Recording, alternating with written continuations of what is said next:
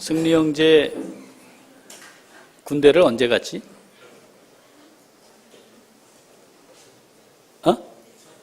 2006년에 15사단, 7사단? 76사. 처음에 장정으로 들어간 곳은 백이보충대? 백이보충대. 백이보충대에 딱 들어가서 제일 먼저 하는 일이 기억이 안 나? 얼마나 됐다고. 예비역들 남성분들 기억하십니까? 군대에 가면 제일 먼저 입소대에 들어가서 장정신분에서 훈련소로 이제 넘어가는데 그 사이에 하는 일이 있습니다. 뭐 하죠? 민간인으로서 지니고 있던 모든 걸 다 반납합니다. 우리 군에 보낸 아들, 어머님들 군대 가면 뭐 오죠? 옷 오잖아요. 그거 붙들고 이제 울잖아요. 민간인의 신분에서 군인이 될 때 제일 먼저 하는 일이 뭐냐면 지금까지 민간인임을 하나라도 느낄 수 있었던 모든 걸 다 벗는 겁니다. 그리고 속옷부터 군대에서 지급하는 것을 입습니다. 그걸 착용하면서 이제는 내가 사회에 나는 더 이상 존재하지 않는 거구나. 이전의 나의 삶과 이제부터 나의 삶은 완전히 단절되는 거구나 라고 하는 것을 확인하게 됩니다. 제가 군목으로 있을 때 77년대 강원도 사창리에 신병들이 훈련소에 들어오면 신교대가 저희 부대에 있어서 제가 위문을 갔는데 정확히 기억해요. 28살 박사학위 과정을 마치고 군대를 왔어요. 미루다가. 그러면 말 그대로 정말 최선을 다해 공부하고 머리가 좋은 친구 아닙니까? 그죠? 그런데 겨울이었어요. 굉장히 추운 날. 그래서 아주 따끈한 미숫가루를 타가지고 들통 3개를 차에 싣고 위문을 갔어요. 훈련을 딱 마치고 막사에 복귀를 해가지고 이제 씻어야 되잖아요. 춥고 땀났고 이게 막 얼고 했으니까 자, 속옷을 갈아입어야 됩니까? 갈아입지 말아야 됩니까? 갈아입어야죠. 근데 제가 그 막사에 들어와서 상황실로 가는데 이 친구가 젖은 팬티를 입고 조교에게 묻는 거예요. 이렇게 서가지고 조교님 속옷 갈아입어도 되겠습니까? 여러분 이게 상상이 되십니까? 28살에 박사학위 코스웍을 마치고 논문 남겨놓고 군대에 온 말하자면 엘리트 중에 엘리트이고 나이도 유치원생이 아닌데 지금까지 자기가 살아왔던 모든 삶의 체계에 스스로의 판단이 없어져 버렸어요. 그리고 이곳에서는 어떻게 해야 되는지 속옷을 갈아입어야 하는지를 묻는 겁니다. 그래야 죽으라면 죽고 돌격하라면 돌격하고 쏘라면 쏘고 착검해서 백병전 하라 그러면 할 수 있는 거죠. 존재의 변화가 일어나지 않으면 충성할 수가 없습니다. 거기에 뭐가 들어가요? 내가 들어가니까. 믿음을 가지고 구원의 은혜를 누린 삶, 성경은 이것과 같은 개념으로 설명합니다. 자, 에베소서 4장 20절부터 24절 한번 읽어보겠습니다. 오직 너희는 그리스도를 그같이 배우지 아니하였느니라. 진리가 예수 안에 있는 것 같이 너희가 참으로 그에게서 듣고 또한 그 안에서 가르침을 받았을진데 너희는 유혹의 욕심을 따라 썩어져가는 구습을 따르는 옛사람을 벗어버려야 돼요. 다음 23절. 오직 너희의 심령이 새롭게 되어 하나님을 따라 의와 진리의 거룩함으로 지으심을 받은 새 사람을 입으라. 입고 있던 데에 껴있는 게 아니고 지금까지 입고 있던 나의 옛사람은 다 벗고 새롭게 지어진 의와 진리의 거룩함으로 새롭게 지어진 완전히 새로운 존재를 입는 겁니다. 이것을 구원, 믿음이라고 성경이 말하고 있는 거죠. 민간인이 군인이 되는 과정에서 필연적으로 겪어야 하는 과정과 다르지 않고, 따라서 믿음을 가진 하나님의 사람들, 구원의 은혜를 누리고 사는 성도들과 이 군인의 신분과 비유로 설명하는 것은 매우 적절하다 하겠습니다. 지금까지 살아왔던 나, 이게 부인되어야 합니다. 나의 개성, 내가 가지고 있는 판단 방식, 사고 방식, 가치체계 내려놓아야 하는 겁니다. 이곳에서는 땀 흘렸고 꽁꽁 얼어붙어서 다 젖어버린 속옷을 갈아입어야 되는 건가? 마저도 다시 생각해 보는 거죠. 그래도 되나? 이러한 마음이 전제되지 않으면 전적으로 마음을 다하는 것이 불가능하죠. 거기에 뭐가 들어가겠어요? 나의 생각, 나의 경험, 나의 지식, 나의 판단, 이런 것들이 개입되기 시작하고, 그래서 이제는 그렇게 하는 것이 옳은지 그른지가 하나님의 뜻인지 또는 하나님이 주시는 말씀인지보다 나의 판단에 근거하게 되겠죠. 그러면 마음을 다하는 충성은 가질 수가 없습니다. 우리에게는 구원의 은혜가 베풀어져 있습니다. 하나님의 선물로 믿음을 갖게 되었죠. 그래서 우리가 지금 예배하고 있고 하나님의 자녀입니다 라고 고백합니다. 그 고백하는 시점이 언제였는지 모르지만 그때부터 시작해서 하나님이 허락하실 짧은 시간 동안 이 땅을 발딛고 살 겁니다. 그리고 이제 정리할 건데, 중요한 건 그때까지 충성하는 삶을 살아야 우리의 삶이 의미가 있는 것이라는 것, 우리가 다시 한번 기억하면서 우리의 몸과 마음을 다하는 충성하는 성도로의 삶이 어떠한지 우리가 지금 2주에 걸쳐서 살폈습니다. 자, 그런데 충성은 한 번 하는 게 아니라 우리의 영적 전투가 지속적으로 진행되기 때문에 계속해서 있어야 할 것이죠. 그런데 문제는 계속해서 충성하기가 쉽지 않다는 겁니다. 우리 성가대원들 내년에도 성가대로 섬기실 거죠? 네. 1월 달에 가졌던 마음과 지금 마음이 비슷합니까? 하나님이 내게 주신 직임, 내가 감당해야 될 위치, 사명, 내년에는 이제 그만둬야지, 이런 마음이 우리 안에 서서히 들어옵니다. 꿈틀꿈틀. 내 안에 있는 게 막 꿈틀꿈틀 살아납니다. 끝까지 한결같은 마음으로 충성하는 삶을 산다는 게 참 쉽지 않거든요. 그런데 하나님이 우리에게 원하시는 것은 뭡니까? 몸과 마음을 다하되 끝까지 그렇게 해야 한다. 이걸 생각하면 내가 해낼 수 있을까? 정말 그럴 수 있을까? 지금까지는 그러지 못했는데 앞으로도 그러지 못할 가능성이 있는데 여러 가지 생각들이 교차합니다. 내가 그때 포기했던 그 일, 내가 그만뒀던 것, 내가 하지 않기로 했던 것, 상황이 또 닥치면 나는 또 그런 선택을 하지 않을까? 그런 결정을 하지 않을까? 등등의 생각들이 우리에게 듭니다. 그래서 끝까지 충성하는 삶을 살아가려면 2가지 요소를 꼭 붙들고 있어야 돼요.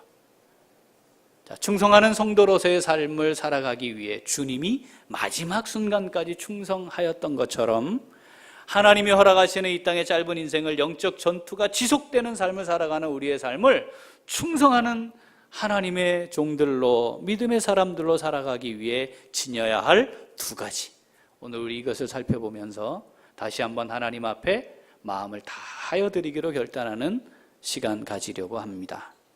자, 끝까지 충성하는 삶을 살아가려면 가져야 하는 2가지. 자, 그 중에 첫째, 다시 한번 첫째, 구원의 확신 가운데 거해야 합니다. 믿음을 가졌죠? 구원의 은혜를 누렸어요. 그런데 그렇게 되고 나면 끝까지 내가 구원받았다는 사실이 의심이 안 생기고 또는 갈등이 생기지 않으며 그냥 계속해서 은혜가 점점 풍성해지는 삶의 진행을 경험하느냐? 그렇지 않습니다. 굴곡이 생기고요. 슬럼프도 있고요. 아, 이건 아니다 싶은 생각들이 듭니다.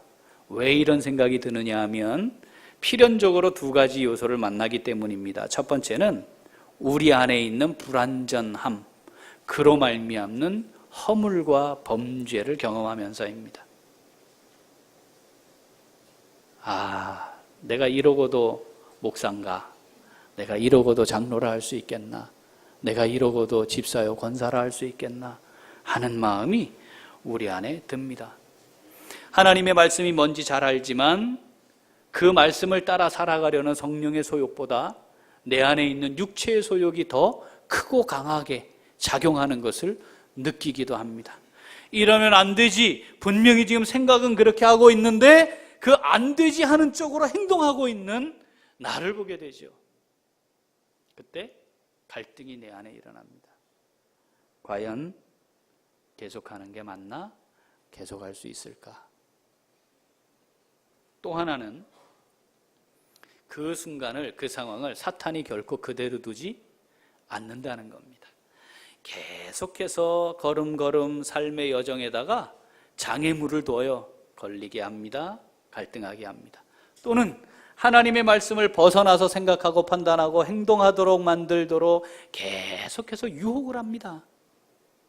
그 유혹의 덫에 나도 모르는 사이에 딱 걸리면 집요하게 공격하죠. 봐라, 너는 틀렸어. 너는 안 돼. 니까짓 게 뭐라고 감히 믿음을 가졌네. 하나님의 자녀네, 목사네, 장로네. 네가 어떻게 이런 소리를 하느냐 하고 집요하게 공격합니다. 죄책감에 사로잡히게 하죠. 죄에 대한 책임감을 가지고 문제라는 인식은 하지만 그것에 사로잡히게 되면 어떻게 돼요? 스스로를 정죄합니다. 나는 안 돼. 나는 틀렸어.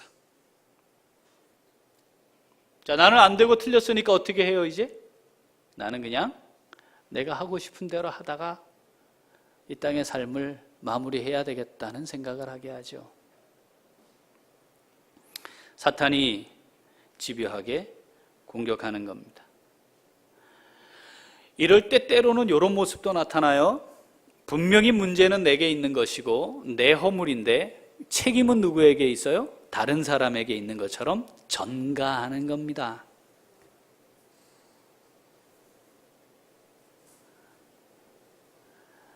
누가 이걸 잘했죠? 아담이 잘했잖아요.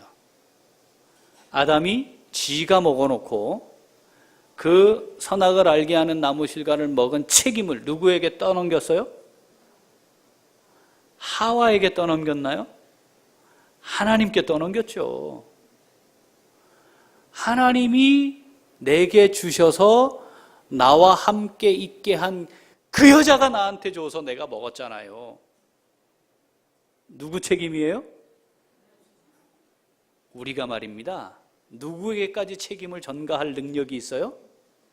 하나님께까지 책임을 전가할 만큼 능력 있는 존재들입니다. 그 능력은 어디에서 와요? 죄에서 오는 겁니다. 사탄이 우리를 이렇게 공격할 거거든요. 그러면 시리에 빠집니다. 회개하죠? 그런데 사탄이 우리에게 또 공격을 해요. 회개하는 나를 향해 어떻게 공격하죠? 너는 맨날 죄짓고 회개하고 죄짓고 회개하고 죄짓고 회개하고, 야, 뭐 그런 게 어딨냐? 말도 안 되는 거 말이지. 뭐 회개만 하면 되냐? 이렇게 공격해요. 이때에 구원의 확신을 가지고 있느냐 없느냐가 굉장히 중요한 요소가 되는 거죠. 빌립보서 1장 6절 읽어보겠습니다. 너희 안에서 착한 일을 시작하신 이가 그리스도 예수의 날까지 이루실 줄을 우리가 확신하노라. 착한 일은 뭐예요? 우리 안에 구원을 베푸신 겁니다. 시작하신 이가 누구예요? 하나님이시고요. 끝까지 이루실 이는 누구예요? 하나님이세요. 우리에게 구원의 은혜를 베푸셔서 택하시고 부르시고 구원의 은혜를 베푸셔서 마지막 완성된 구원의 자리에서 영원한 처소로 가도록까지 이르도록 이걸 끝까지 책임을 지시는 분이 누구시다? 하나님이시다. 에베소서 2장 8절 9절 읽어봅니다. 너희는 그 은혜에 의하여 믿음으로 말미암아 구원을 받았으니 이것은 너희에게서 난 것이 아니요 하나님의 선물이라. 행위에서 난 것이 아니니 이는 누구든지 자랑하지 못하게 함이라. 하나님의 선물이라. 너희에게서 난 것이 아니다. 시작이 누구다? 하나님이시다. 그리고 그건 우리의 능력 여하에 따라 획득한 것이 아니고 하나님이 그냥 선물로 주신 것이다. 따라서 그 이후의 행위에 따라 유효함이 결정되거나 무효함이 결정되는 게 아니다. 정리해보죠. 죄를 짓다가 죽으면 구원 받습니까? 못 받습니까? 죄를 짓다가 죽었어요. 죄를 짓는 중에 죽었어요. 구원 받습니까? 못 받습니까? 구원 받습니다. 구원 받는 겁니다. 만약에 그래서 구원을 못 받는다고 하면 우리 중에 아무도 구원 받을 자가 없어요. 왜냐하면 죄 짓고 기억을 못 하는데. 여러분 다 기억나요? 지은 죄가? 이동원 집사님 기억나십니까? 그러면 오늘 지휘 못 하셨을 건데 이게 막 심각해져가지고 기억을 못 해요. 기억 못 하는 거나 죄 짓다가 죽는 거나 똑같은 거잖아요.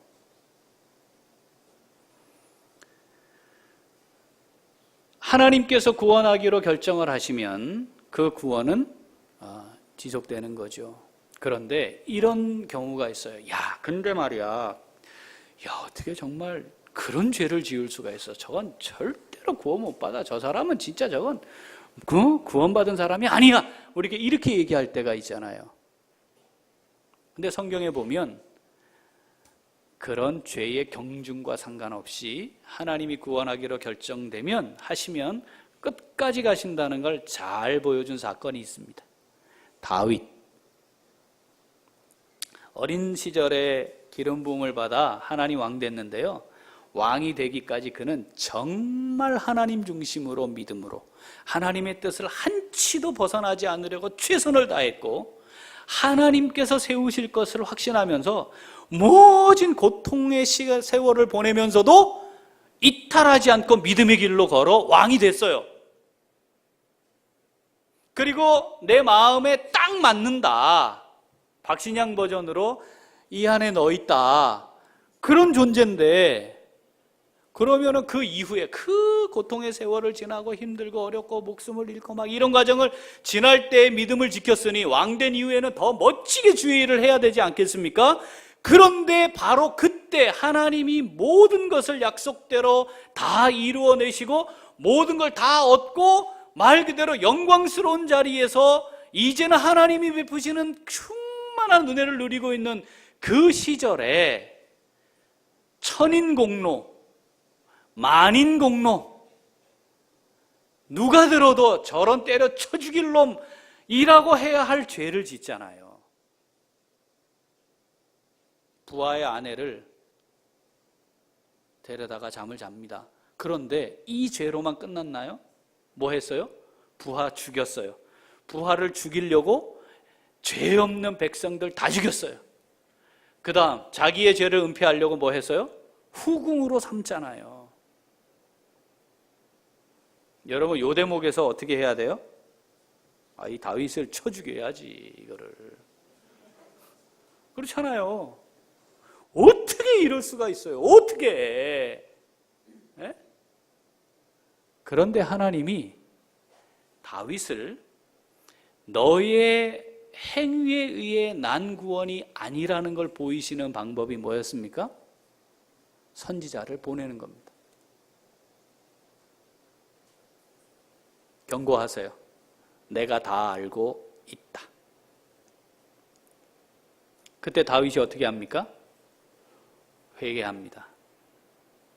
회개하면 돼요? 회개하면 돼요?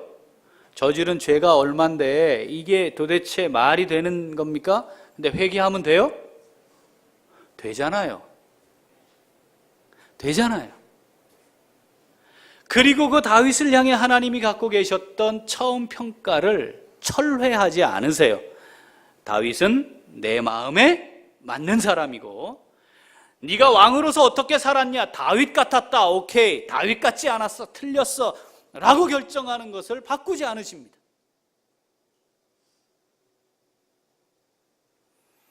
하나님이 다윗에게 베푸신 구원의 은혜를 유지하시기 위해 뭐 하셨다고요? 선지자를 보내 회개할 기회를 주신다는 겁니다. 하나님 뭘 보시겠다는 거죠? 하나님을 향한 마음이 어떠한가? 우리에게 허물이 있을 수 있고 죄도 있을 수 있고 똑같은 죄를 짓기도 하고 같은 허물을 반복하기도 할 수 있어요. 근데 문제는 정말 하나님을 향하는 마음이, 그 중심이 정말 하나님을 다 향하여 드려지고 있느냐를 보시겠다는 거죠. 구원의 확신이 있으십니까? 구원의 확신이 있으십니까? 하나님이 구원하기로 결정하셔서 내 안에 착한 일을 시작하셨다면 그것을 이루실 분은 하나님이시고, 내 행위의 완전함에서 이 구원이 나온 게 아니기 때문에 혹 내 안에 불완전한 행위, 아직도 완성되지 아니한 모습이 있다 할지라도 내 마음의 중심이 하나님을 향하고 있다면 하나님 나를 결코 버리지 아니하실 것이다. 이걸 붙들어야 사탄의 집요한 공격을 너끈히 감당해낼 수 있는 겁니다. 정리하죠? 구원은 하나님의 주권적인 은혜로 내게 더하여지는 선물입니다. 자, 세 가지를 꼭 기억합시다. 자, 주보에 있어요. 1.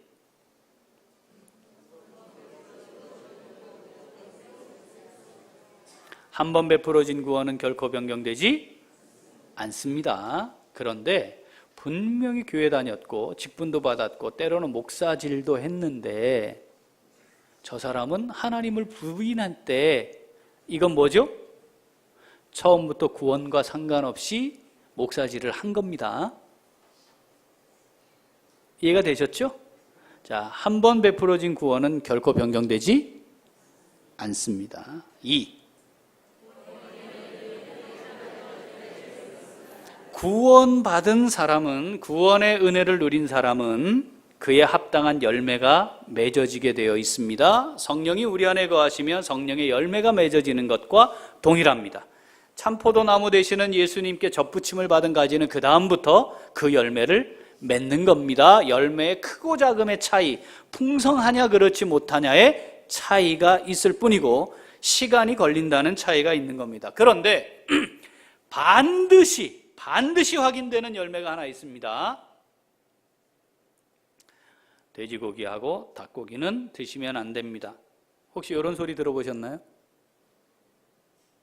들어보셨나요? 못 들어보신 분은 건강하신 분들입니다. 주로 약을 전혀 드실 필요가 없는 분들. 이 얘기 언제 하죠? 한약 먹을 때 하잖아요. 그죠? 돼지고기, 닭고기 드시면 안 됩니다. 자, 30일 동안 요걸 드시는데 돼지고기, 닭고기 드시면 안 됩니다. 그럴 때 돼지고기, 닭고기 먹습니까? 안 먹습니까? 먹어요? 안 먹어요?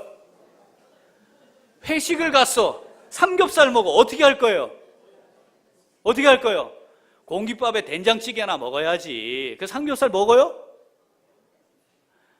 우리가 그럴 때에도 먹지 않습니다. 이유는 지금 먹고 있는 약효가 혹시 약효가 없어질까 봐 기껏 돈 주고 한약 먹고 있는데 이거 몸에 효능 없을까 봐 신경 쓰잖아요. 아버지가 그런 거 할 때 자식들 치킨 못 먹습니다. 냄새 못 피웁니다. 그런 거 아니겠어요? 애들이 그거 먹을 때 부모가 삼겹살 못 구워 먹는 거지. 그런 거 아니에요? 그런데 말입니다. 구원의 확신을 가진 성도가 반드시 그 은혜에 대해 가지게 된 한 가지 열매는요, 죄는 다시 지으면 내가 죽는다예요. 죽어요. 죽는 거예요. 주님을 다시 십자가에 못 박는 거예요. 그래서 죄를 안 짓는다는 말이 아니라 그것에 대한 분명한 판단이 있다는 거죠.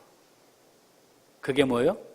구원의 은혜는 그에 합당한 열매가 있는 겁니다. 자, 3.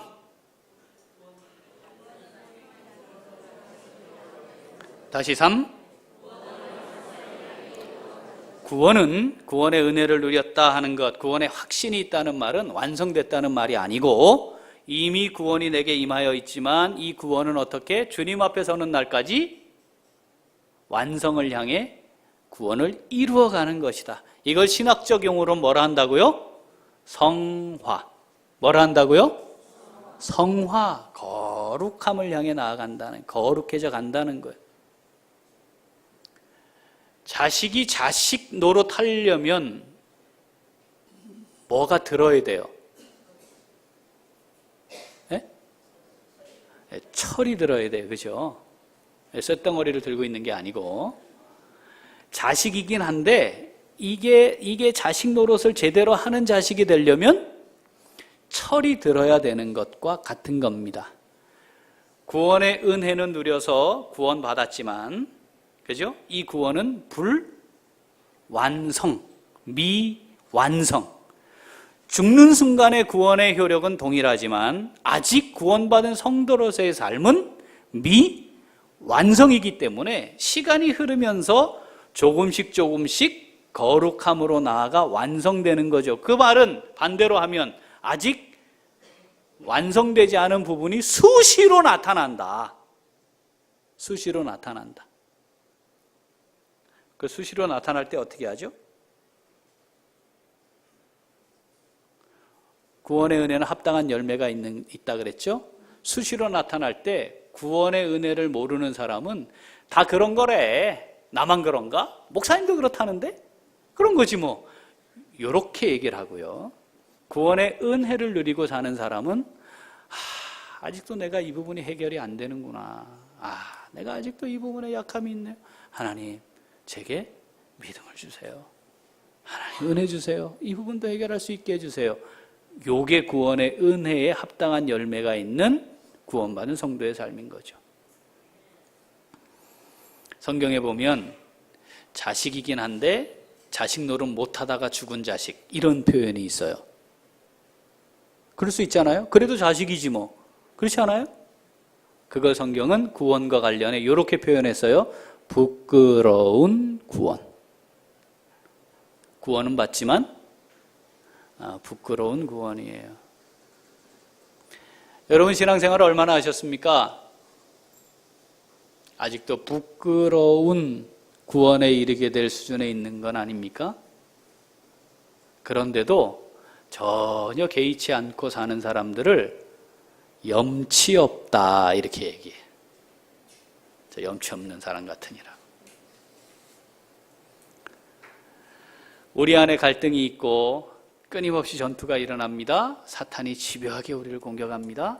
그때 꼭 붙듭시다. 내가 범죄했더라도 나를 향한 하나님의 구원 계획이 변경되지 않는다. 하나님이 나를 두드려 패서라도 나를 다시 구원의 은혜의 자리로 인도하신다. 여러분 이거 붙들고 우리 스스로 나를 정죄하거나 죄책감에 빠져서 내 스스로 구원받지 않은 자인 것처럼 다시 절망 가운데 들어가는 일이 없도록 하나님이 끝까지 나를 붙드실 것이니 다시 회개함으로 회복하고 마음을 다해 충성하기로 결단하면 하나님이 끝까지 이루어 가실 것을 기대하고 하나님이 허락하신 이 땅의 짧은 인생 충성스럽게 주를 위해 헌신할 수 있는 우리 모두가 될 수 있기를 소원합니다. 자, 둘째. 자, 끝까지 충성하는 성도로 살아가는 데에 꼭 지녀야 하는 요소. 자, 둘째. 우리의 소망이 어디에 있어야 돼요? 주님의 승리의 영광이에요. 주님은 언제나 승리하십니다. 주님은 언제나 승리하셨습니다. 앞으로도 주님은 영광스러운 승리의 주인이십니다. 맞죠?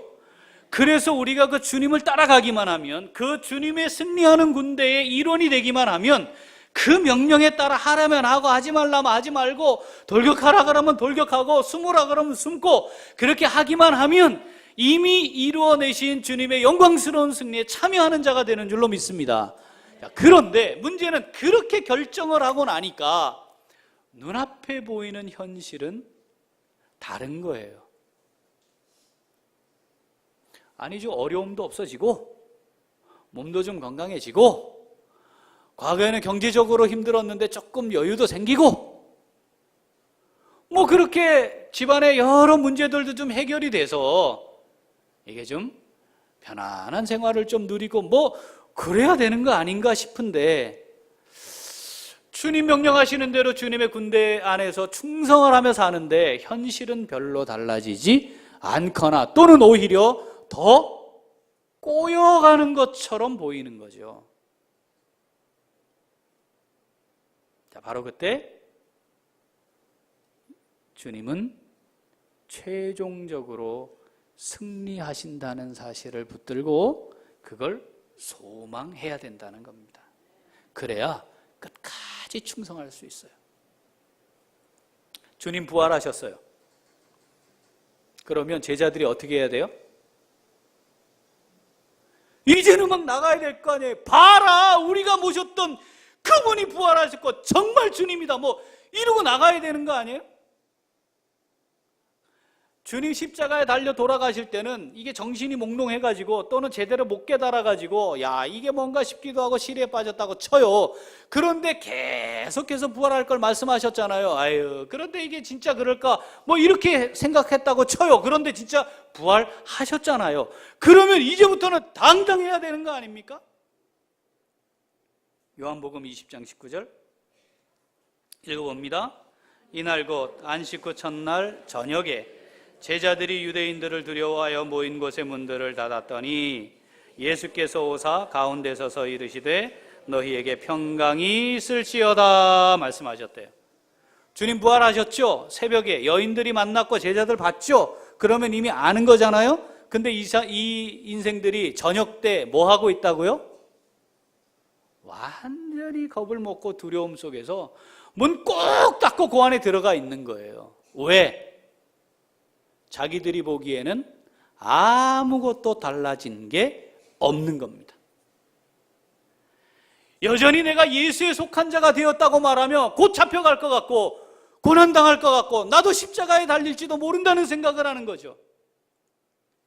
내가 주님 편에 있기로 결정을 하고 선택하면 나는 불이익을 당할 거야. 지금 있는 이거 내가 잃게 될지 몰라.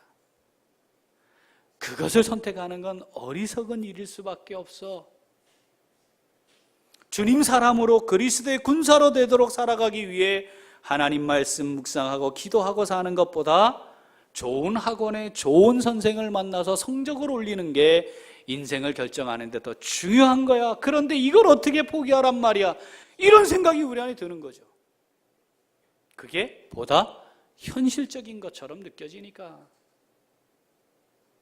그런데 그 모든 것들의 최종적 결정은 하나님이 하시는 겁니다.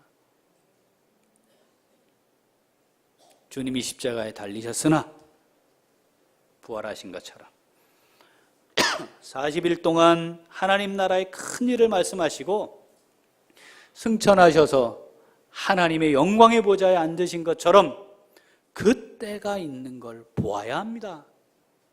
사탄은 어떻게 우리를 집요하게 그러지 못하게 만들 거예요? 안 된다, 그러면 안 된다, 너 손해본다, 다 잃는다, 그거 포기하면 너 무슨 낙으로 살아갈래? 안 된다 등등 계속해서 우리를 집요하게 공격할 것이지요. 그러나 넉넉히 이기게 하시는 하나님이 우리를 붙들고 가신다는 겁니다. 로마서 오늘 본문입니다. 함께 읽어보겠습니다. 33절부터 8장 33절부터 37절 읽죠. 누가 능히 하나님께서 택하신 자들을 고발하리요? 의롭다 하신 이는 하나님이시니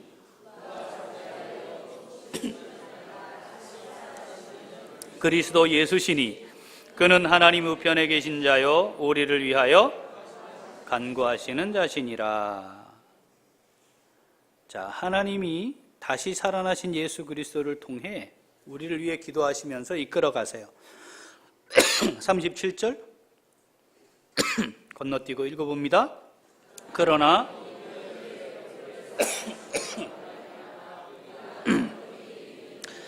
우리가 넉넉히 이기는 겁니다. 그러면 자, 다시 사신 그리스도가 우리의 삶을 책임지고 이끌어 가셔서 넉넉히 이기게 하신대요.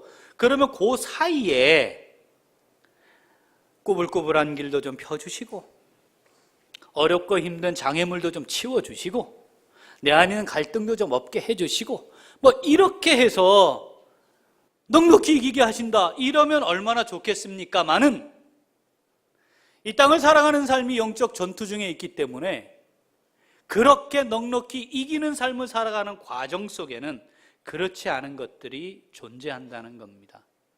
자, 다시 이제 35절로 가야 돼요. 요것부터 읽고 37절을 읽어야 되는 거죠. 읽어봅니다. 누가 우리를 그리스도의 사랑에서 끊으리요? 환난이나 곤고나 박해나 기근이나 적신이나 위험이나 칼이랴. 기록된 바 우리가 종일 주를 위하여 죽임을 당하게 되며 도살당할 양같이 여김을 받았나이다 함과 같으니라. 하나님의 뜻이기에 저는 이것을 선택합니다. 하나님의 뜻이 아니기에 제가 이것을 거부합니다. 하나님의 말씀대로 행하자 하니 이건 옳지 않습니다. 이런 결정을 하는 거죠. 그래서 뭐가 있어요? 환난이나 곤고나 박해나 기근이나 위험이나 벌거벗음이나 칼도 있고 종일 죽임을 당하고 내가 죽음 앞에 있는 것 같고 도살당할 양처럼 정말 이제 모든 것이 끝날 것 같은 상황 속에서도 존재하게 되는 거죠. 그런데 그때 기억하라. 어떻게? 우리가 예수 그리스도로 말미암아 나를 사랑하시는 이로 말미암아 넉넉히 이기느니라. 지금 상황은 그러할지라도 나를 사랑하시는 하나님 예수 그리스도로 말미암아 내가 넉넉히 이길 것이다. 그 승리의 영광이 지금이 아니라도 주님 앞에서는 그 순간에도 분명히 승리의 영광에 참여하게 될 것이다. 이걸 붙들고 끝까지 나아갈 때 충성함으로 승리의 영광에 참여하는 복된 삶을 누릴 수 있습니다. 이것을 바라봅시다. 승리의 영광 마음에 잘 새기고 그것을 소망하며 살아갑시다. 하나님께서 허락하신 이 땅의 짧은 인생이 끝나는 그날 마음을 다하여 충성한 나를 향해 하나님이 예비하신 멋지고 위대하고 영원한 그 승리의 영광 상급을 기대하며 하나님이 나를 무엇하려고 부르셨는지, 왜 여기에 있게 하셨는지, 내가 감당할 일들은 무엇인지, 나를 통해 하고 싶어 하시는 일들은 무엇인지 살피고 또 살피고 또 살펴서 어제보다는 오늘이, 오늘보다는 내일이 조금씩 진보가 있고 조금씩 하나님이 기뻐하시는 열매들이 많아지고 커지는 풍성해지는, 그래서 하나님을 기쁘시게 할 수 있는 우리 모두가 될 수 있기를 소원합니다. 아멘. 기도하겠습니다. 하나님 아버지,